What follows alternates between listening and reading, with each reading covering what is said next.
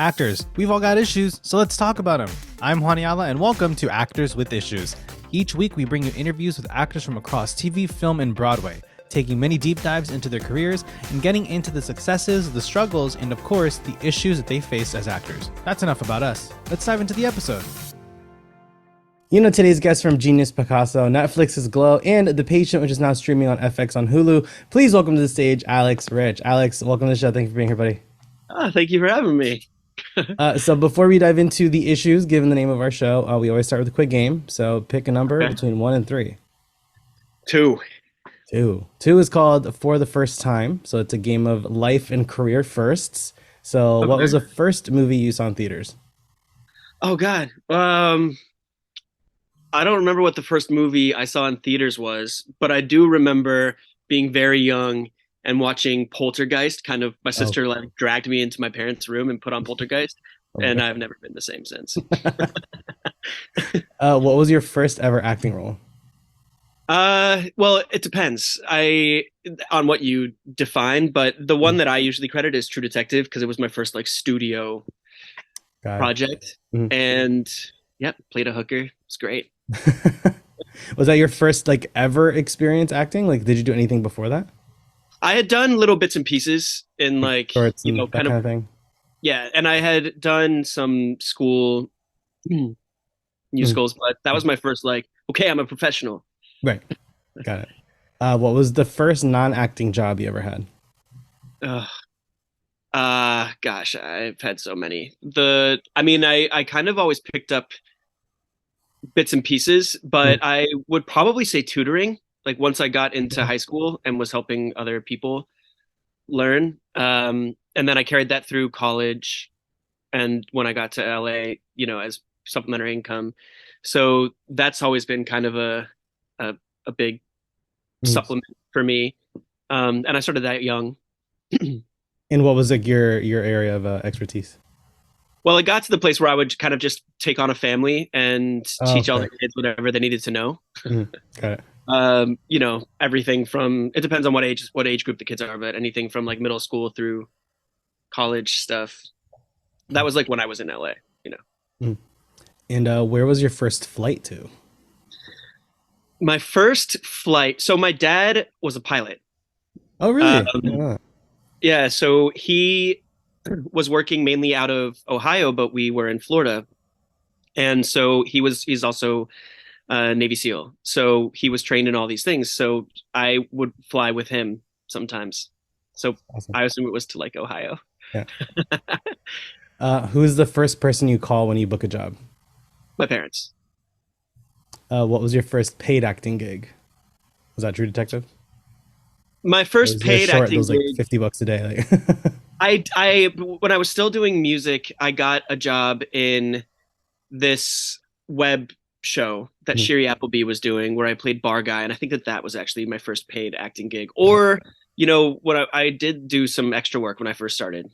Those are all happening like really quickly near each other. Yeah. So. And what would you say is the first thing that you learned out of school on a set? The first thing I learned, well, set etiquette is a huge deal. No one teaches you that. It's so bad. No one can. Yeah. I probably shouldn't, but I remember when I was on True Detective, just kind of going up to Vince, who was the loveliest man, Vince Vaughn. I was in the second season, and I think I don't even remember what I said, but I just remember being like, okay, that was probably too forward of me, but I was just so excited. Yeah. But he was great. He was like taking pictures with everybody who worked on set, which, you don't see a lot of people doing because they're really focusing on their work, but he was absolutely lovely. Yeah.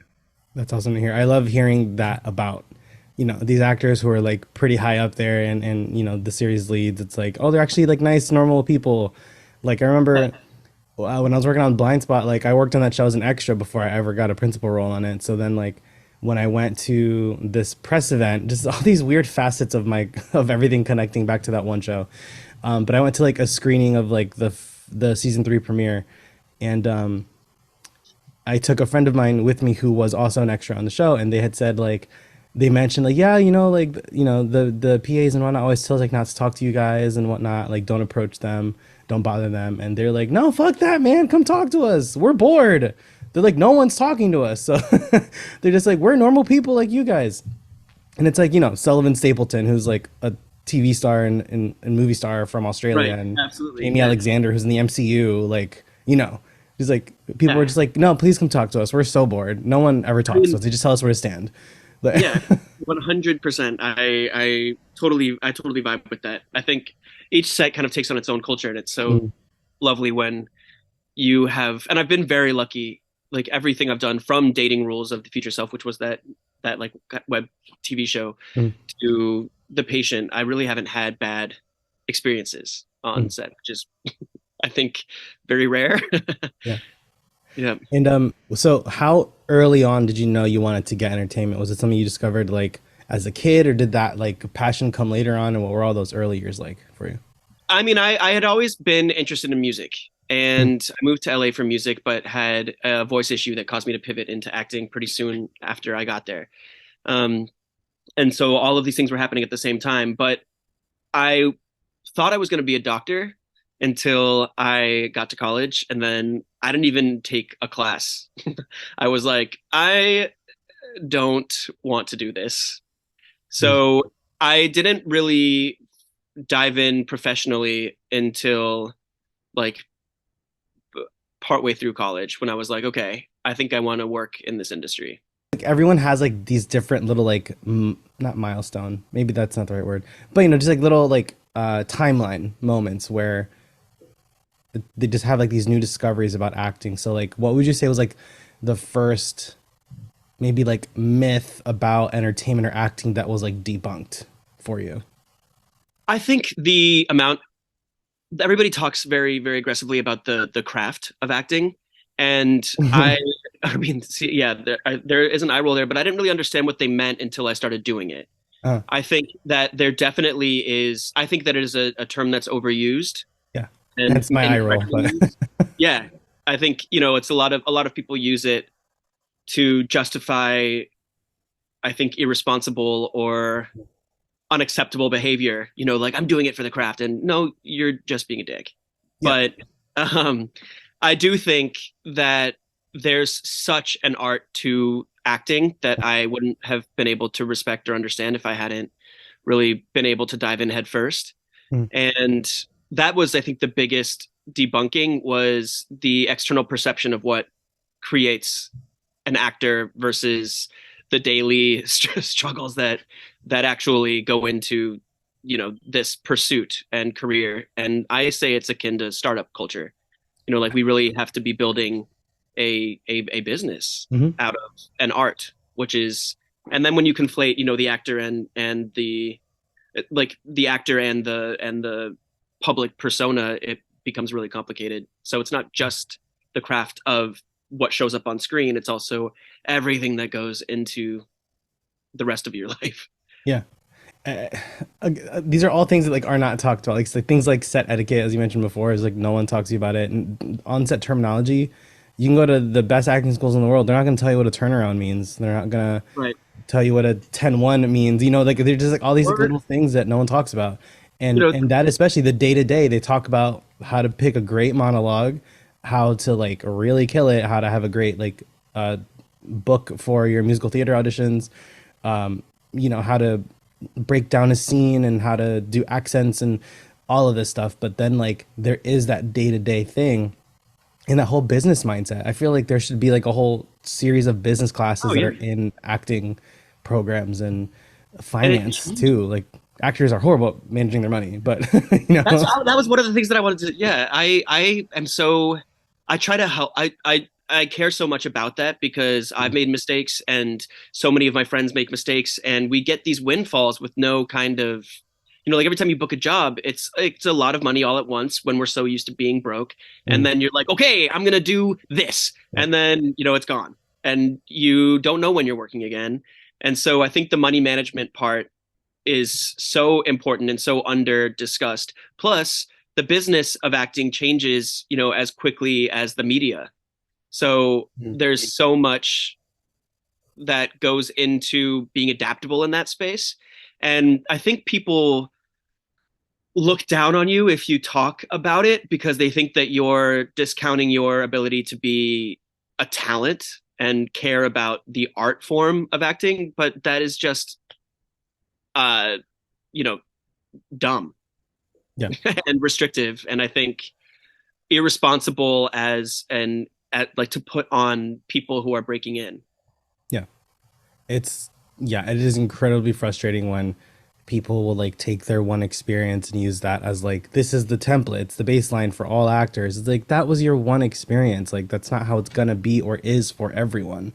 Absolutely. Yeah. And everyone is learning as they go. I think very, very few people, and even if let's say even they're the child of a famous talent, Mhm. the just generational difference of breaking in 20 years ago versus breaking in now is extraordinary.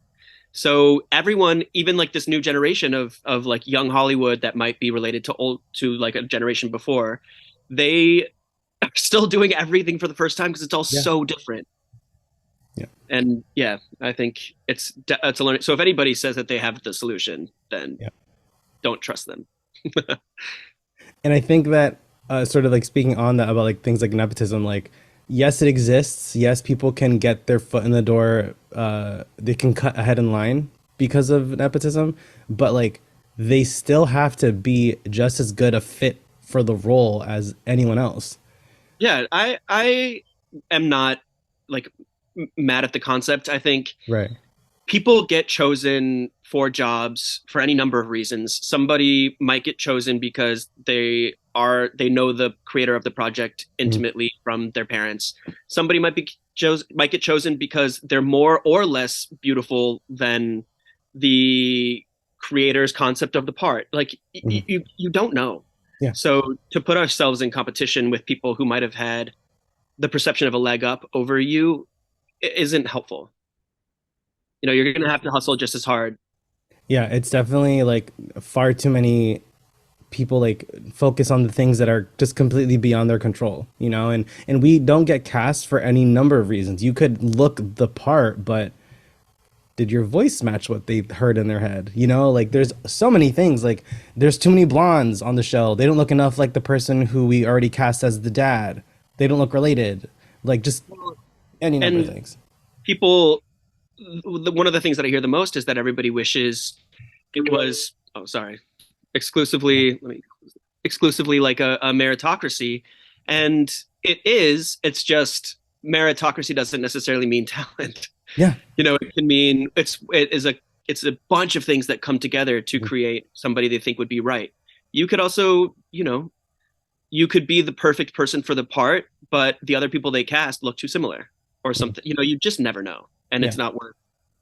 You just have to keep going. Yeah.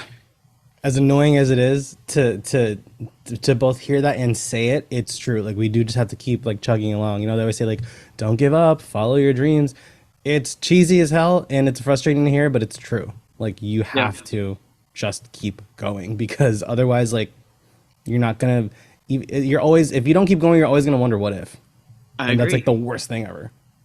Well, and nobody can defeat you except for yourself. And the only way to do that is to stop. Mhm. So I also think, though, it takes an infinite amount of strength once you do start to decide that you're not happy or it's not right for you. And I think if you are not, really, really like aggressively into the art of it, you should find something that has more stability. It's difficult Mhm. and it's very mentally taxing. And there's so many stories of actors who started acting at a very young age and just couldn't find success. And it wasn't until they like then because you have to fit what the industry is looking for at that time. So like in the late 90s and early 2000s, people our ages were in high demand because of shows like Friends and all of these sitcoms that were like buddy comedies and all of that. And then for a little bit, it was like workplace comedy. So people like in their 30s who look like they work in a smaller setting or who could be an everyday cop or whatever. They weren't looking for like the glamorous sort of look, especially shows that like film in LA but don't take place in LA. That Yeah. like take place anywhere else. It's like Well, they're still trying to convince people that they're not in Los Angeles, so they're gonna cast like real looking people or whatever. Yeah. I mean, you never know. Yeah, it's constantly shifting. And, well, and we also have a unique we're in a unique time, not really, but creating your own content is infinitely more accessible now Hmm. and can be done, just with the phone, which almost everybody has access to if they don't have themselves. So you can get yourself the career you want if you put in the work. Mm. Um, which is really intimidating because it floods the pool with so many people, but it also allows for those who are savvy to kind of figure out what lane they fit in Mm. and see what it brings them.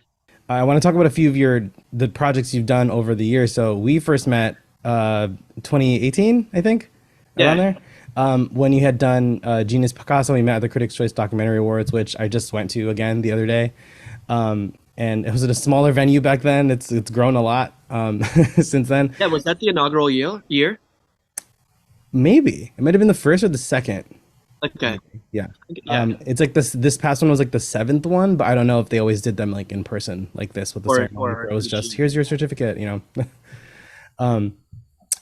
But yeah, so back then you were doing Genius, and it was like your first major role. You were playing a younger version of Pablo Picasso, and working not necessarily directly, but sort of alongside Antonio Banderas, who was playing the adult yeah. I Picasso. mean, we But had to work together, just not on camera. right.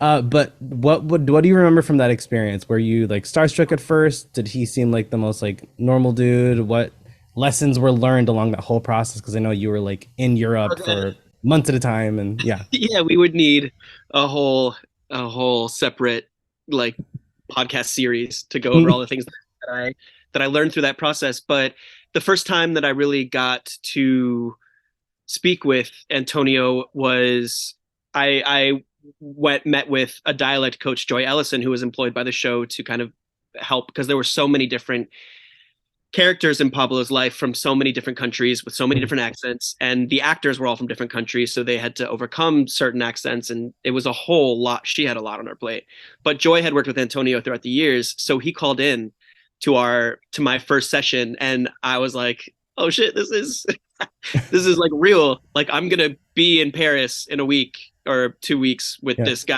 like doing this show." And yeah, it was my first lead in a project, and it was a big moment for me because it was a lot to have on a relatively new actor's shoulders, Mhm. especially because the first season had done so extraordinarily well, and uh, it had gotten all these awards, and it was so fantastic and so beautifully done. And I was like, can I do this? um, and Antonio was incredible. A fantastic partner in crime throughout that series. Just collaborative in how we create the character. Never gatekeeping anything. Always just trying to figure out how we can make this strong. And he was so passionate about Pablo because they both are from Malaga, which is the same. They were both from the same city in Spain, so he grew up, with Mhm. Pablo all around him, and it was so important to him. And this kid from Florida is kind of stepping into that world, and he couldn't have been a better shepherd for that. It was really, really lovely. Mhm. Yeah, And so fortunate. and with that being an earlier role for you, what have you noticed sort of like has changed in your preparation and your own process since then? Because that was like 4 or 5 years ago at this point. Yeah, it was. Well, it was. We've had a pandemic in Mhm. the time since, which I Heard of think it? Yeah. yeah, had a lot of different effects on people. I think the one by playing Pablo, I kind of was gifted almost every challenge I think a young actor can deal with. I was in a period. It was a real person. We were shooting on location. Um, I shared the character with another actor. It was in an accent that's not my own, Mm. and through that process and the incredible kindness and generosity of the entire creative team, a lot of those things are no longer intimidating because I spent 6 months, developing all of these different comfort levels. And I got to go through the same things that Pablo was going through because I was going through a transition of kind of my own stepping into my own confidence and success as an actor. And Pablo was doing the same thing as the episodes went on. So it kind of just was awesome. Yeah. It was kids. It's like everything aligned so much with like your own experience and that of the character, and yeah, and that was never very authentic. Yeah, and I didn't have much time before I left to learn about him because I found out pretty soon to when I was leaving that I was going to be going to Europe and doing this. So I also was able to really deeply discover elements about Pablo's character, especially his youth. I knew mostly about his like Antonio's timeline, his older years. And to make those discoveries while I'm immediately about to put them on camera because I had to keep up was really, really great. Also learning, Antonio taught me a lot about how set culture, like the responsibility of actors to create and maintain set culture to like have a really productive and comfortable and creatively free place. And that was also really, really nice. So it wasn't his first rodeo. So there's lots of expertise to take from. Yeah. So fast forwarding to one of your more recent projects with The Patient, which, as we said, streaming now, FX on Hulu. Gotta do the plug. I loved the show. I got to, as you know, I got to interview one of your co-stars on my other podcast for Media Village, and I got to see like a lot of it in advance. I like refused to watch the ending until it aired because I'm like, I don't want to know everything and then just have to wait for everyone else's reactions because I knew a lot of people who were watching it. But it was just so well done. It, hearing and watching like interviews with like Steve Carell saying that like for him, every episode felt like a different one act play just because it was so much of, it was just like the four of you. There was like very few, there's like flashbacks and whatnot, but like the story was so small. Like, yeah, I mean, there were a lot of, there was an extraordinary amount of talent, but it was very intimate and very Steve and Domhnall and everyone had such a beast of a job, especially those two, because it's really like a two-for play, between them kind of like going back and forth for, an 8-page scene. And that is hard, especially with those emotional stakes. Well, and I the writers, I mean, the Jays who wrote the show and the Americans before it, really did an expert job of creating nuance in a very difficult constraint because most of the show takes place between those walls of Domhnall's basement and Sam's, I guess we should use his name. But I think that to be able to do that with as much grace and nuance and intrigue, and then to give us as the cast such a space to really stay in that place is really difficult. And hats off to them for sure. And everybody, the whole team. It takes a village. So with the name of our show being Actors with Issues, we always do like to sort of like delve into as you mentioned already, sort of like the day-to-day, the different obstacles that come across an actor's career. And I know we've talked sort of off the show about quite a lot of things, and I know that you have some thoughts about things like team members, representation, agents, managers, all of that stuff. So like what insight can you share for our audience of like young actors who maybe are struggling to find their first rep or eager to find their first one? Yeah, I mean, I think that's always, there's no actor in the world who really doesn't struggle with that at some point, be it finding your first rep or deciding whether the people you're with are the right fit for you. And I think that the most important thing to take away is that the industry wants you to think that you are in service of the reps. And it is a collaboration. I think that each talent is kind of the CEO of their business. And with the representative, you want to be pairing with the person who can help you grow to the next stage and has a similar idea of how you should exist in the industry, where your spot is. You don't want them to have such a departure from your self-image that they're going to be pushing you for projects that you either don't vibe with or aren't right for you. And I think the industry does have a way of defining where you fit, sometimes in ways that you don't necessarily understand at first, but become more clear as you go on. But you also have to make sure that the people that you are with treat you well. Yeah. I mean, you need to be with people who are supportive and help you grow without, tearing you apart. Mhm. I think that there's no need and no space for your team to add to your stress. It's stressful as is. Yeah. So you need to be with people who you can, you know, grow with and feel like you would want to be in conversation with about your trajectory and what's right for you. And Yeah. then you also have to empower yourself with the independence to go out and seek your own opportunities. Mhm. Especially when you're starting out, there's so many things you can do, be it focusing on different interests so that you maintain the mental space and you're not so stressed that you can't do your job, to different passions, different interests. Like, I have a friend who got her first job because she learned how to scuba dive, and this particular role required somebody with a scuba license, so that put her ahead. Yeah. Or horseback riding, or like all of these things that we do in our lives eventually could come into play. So you might as well do what interests you, and then maybe it'll conflate, maybe it won't, but at least you're having fun along the way. Right. And just like learning, growing as a human, learning new skills, experiencing life along the Yeah. way, that's been something that a couple of people have said, that like, the best advice they would give young actors is like, just go live life and grow as a human and Yeah. grow as a I person.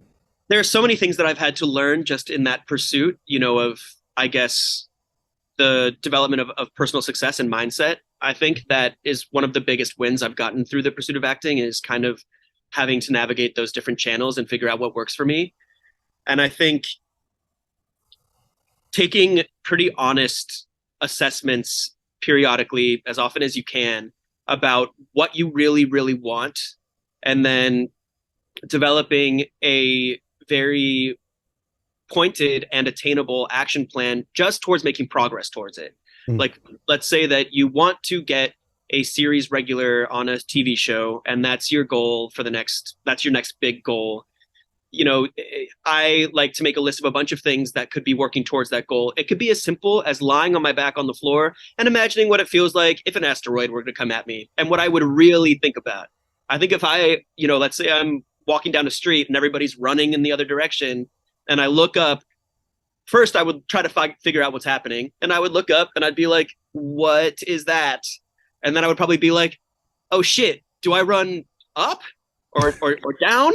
Like, do I run towards it because it like is gonna come here, and is it gonna come, or do I run with the Yeah. like, what do I do? And those are really human things that you can do just to put yourself in a creative space, and all of that goes together to eventually lead you somewhere. Maybe not where you thought it would, but it's progress. Wow, that's it. I love that. And with sort of going back a little bit to like sort of like misconceptions, if you like broaden the scope and look at what do you think consumers see as like something that they thought was like completely true about the industry that you later learned was like completely false? Talk about like the craft before, like within the community, but then sort of broadening out. What would you say is a Oh, misconception? there's so many things that I think the general public doesn't necessarily understand, and neither did I, about what we do. I think we obviously, if we are kind of in the public eye, those are our shiny moments. Mm. It's the times, like if you're at a premiere, it's the times when you've had the person come over and help you figure out what you're wearing. You've gotten the show, you're in like a high point. I don't think that they understand that, like, I'm off in here, in front of a black sheet behind a concrete wall, uh, flexing my creative muscles in auditions like day in and day out for sometimes years on end without getting a job. And the amount of mental acrobatics that it takes to continue to do that Mm. without, necessarily getting the win. And also a redefinition of what the win is important for us as actors, but that's not the question you've asked. So I think also, lifestyles of the rich and famous, I think was one of the biggest disservices to to our Oh, to God. our job. Because it's a lot of people who just are put on a more public platform, but they're just people with the same daily struggles, trying to figure out, you know, what they're going to wear that day to, do their job, or how they're going to pay their bills, or who's going to pick their kid up from school if they have to go into an office to do this thing, or how do I maintain my stress levels so I'm not snapping at those around me when things are really stressful. It's the same things daily that everyone goes through, just often with a shinier sheen when you are in public. Mm. And Wow. not to get like, I think there's so many gifts that come with it too. Mm. And I think that it's so lovely that we get to share those with the world. Just what they don't see, is the daily, uh, the nuanced daily battles, I Yeah. guess, towards that goal. Yeah. So many people, they only see the bookings and not everything else in between. You know, People think that movie stars get paid too much, and I'm like, well, how many millions and millions and millions of dollars is the studio making? Why don't they deserve a slice of the pie, And then it's also like the time commitment as well to me is like, okay, yeah, sure, they shot a superhero movie for 6 months, but they had to train and prepare for 3 months prior to that. So it's almost a year that, that they're. Also, I mean, I haven't really thought about it in these terms, but if you think about, like, no one would say that about somebody who created the toaster, right? And the toaster's in every house. So are these shows and Mhm. these movies. And usually usually it's the creators who or the studios who reap the real benefits of that machine. And I think that actors, as they ascend through the power structure, they can then get, points on the back end, and they can get these different compensation packages. But there's this perception that people just walk in, and because they're pretty they get a job, and it takes so much more effort than that. And the ones you do see, you see them after years of developing to the point where they were prepared and equipped and positioned to take that that role on. And I think the other perception that really pisses me off. Sorry, I'm No, on no, go one. ahead. I The concept that it is impossible is, I think, so intriguing, because every time you turn your TV on or your radio on, or you drive down the street, or you are talking to your friend about the movie or the TV show or whatever you saw, that's proof that 1,000 people are making it work. Like, Mhm. each show, each movie, each podcast, each commercial, each, like, those are people who are making some money at it. Yeah, Maybe there's it's a not lot of the people only work behind they're it. doing. Yeah, but I people are like, "Oh, bless you for, like, bless your heart for going after something so unstable," and it is difficult. Yeah. But the proof is everywhere that it can work. Mhm. It's in the pudding, as they say. I never understood that saying, but there it is. The proof's in the pudding. Yeah, yeah. Before we go, we always end with a quick sort of like rapid fire questions. And a game we call Now That We Know You, since we've kind of chat for a bit. So fill in the blank. Okay, If I weren't working in the arts, I'd be. in business. What role have you had the most fun playing? Oh, It's hard. It's like picking a favorite kid. I would say genius, because I was traveling in Europe and it was like a really big lead for Mm. me. What is the best advice you've ever gotten? Best advice. Um, Take action, even if it's imperfect action. Take action. And what's the worst advice you've ever gotten? listen to other people. Someone just said that recently. I think it was another Alex Livinali from Black Panther, Wakanda Forever. Really? Yeah, I think he's the worst advice he said was like, listen to other people, and if they tell you that, fuck them. Like, he's like, don't listen to them. Right. Yeah, I mean, you have to follow your own compass. Yeah. And plus, Lord knows, if you ask someone for directions, they might send you the wrong way with full Yeah, you confidence. don't know, and you don't know what their motive is, Right. and they don't understand what you're doing. Right. Yeah. Shady business. You can't. Not to say you can't trust everybody, but you can't trust everybody. No, you shouldn't. Yeah. I really believe that. Yeah. And that's outside. That's like outside of entertainment, just in general. Don't trust everybody. Like, Follow your compass. Like yeah, follow compete your with gut. yourself and no one else. Mhm. It's like lead with your head, but follow your gut. Like, Yeah. And lastly, in 10 words or less, what advice would you give to a young actor? In 10 words or less, what advice would I give to a young actor? Hmm? Shit. You're like, that's 12 words. Focus. Wait. Identify your goal. Find the next step, not the end game. End game is one word, so that's okay. Yeah, you're good. That was 10 words. Yeah.